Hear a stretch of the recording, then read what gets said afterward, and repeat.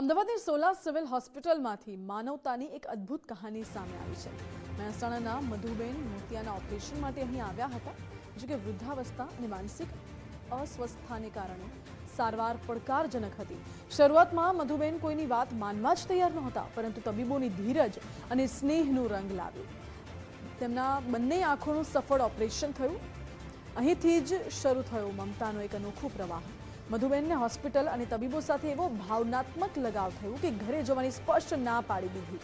દીકરા સામે નાના બાળકની જેમ જીદ પકડી કે મારે ઘરે નથી જવું। તેમને વિશ્વાસ હતો કે માત્ર અહીંના દેવદૂતો પર। એકવાર ઘરે ગયા બાદ ફરી જીદ કરી અને તેઓ હોસ્પિટલ દોડી આવ્યા। સુપ્રિન્ટેન્ડન્ટ ડોક્ટર દીપિકાએ પણ વહાલથી તેમને સમજાવટ કરી। આખરે સ્નેહભર્યા વાતાવરણ વચ્ચે મધુબેન હસતા મુખે વિદાય થયા। સરકારી હોસ્પિટલના તબીબોની આ સંવેદનશીલતાએ લોકોના દિલ જીતી લીધા છે। સારવારની સાથે મળેલો આ અપાર પ્રેમ આજે સોશિયલ મીડિયા પર વાયરલ થઈ રહ્યું છે। સલામ છે આ તબીબી ટીમને, જેમણે માનવતા મહેકાવી છે।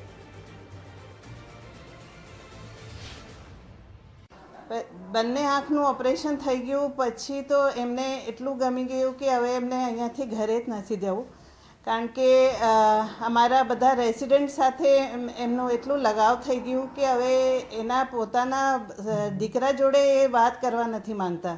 એ અમારા જે રેસિડન્ટ છે એની જ સાથે बात કરે છે ને એ જ એમને ટીપા નાખે ને બધું। એ मतलब उनको यही है कि हमारे यहाँ का स्टाफ, मेरे रेसिडेंट्स, वो ही उसको ड्रॉप डाले, सब कुछ वही करे।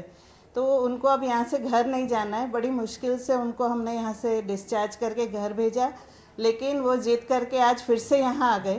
और आज फिर से यहाँ आने के बाद ओपीडी में फिर उनकी यही जिद है कि मुझे यहीं रहना है।